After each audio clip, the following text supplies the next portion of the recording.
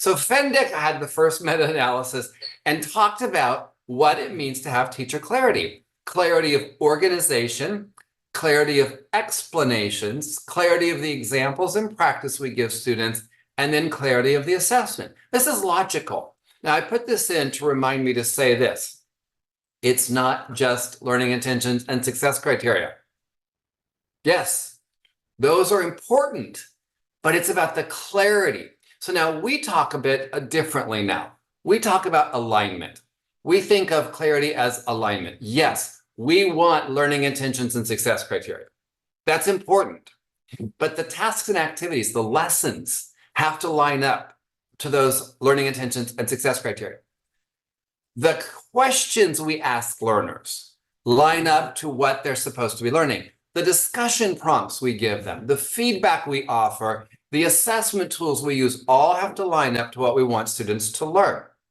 We all recognize that feedback can be overwhelming, especially when it's a laundry list of feedback of here's all the things you didn't do well or all the things you did do well. What was I supposed to be learning? Because that's the feedback I need right now. Again, it's about alignment.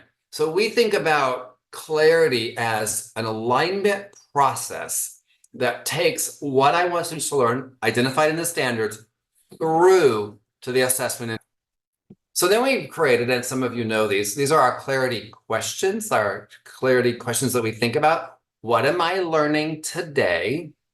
And that's an important indicator. Today, lesson sized.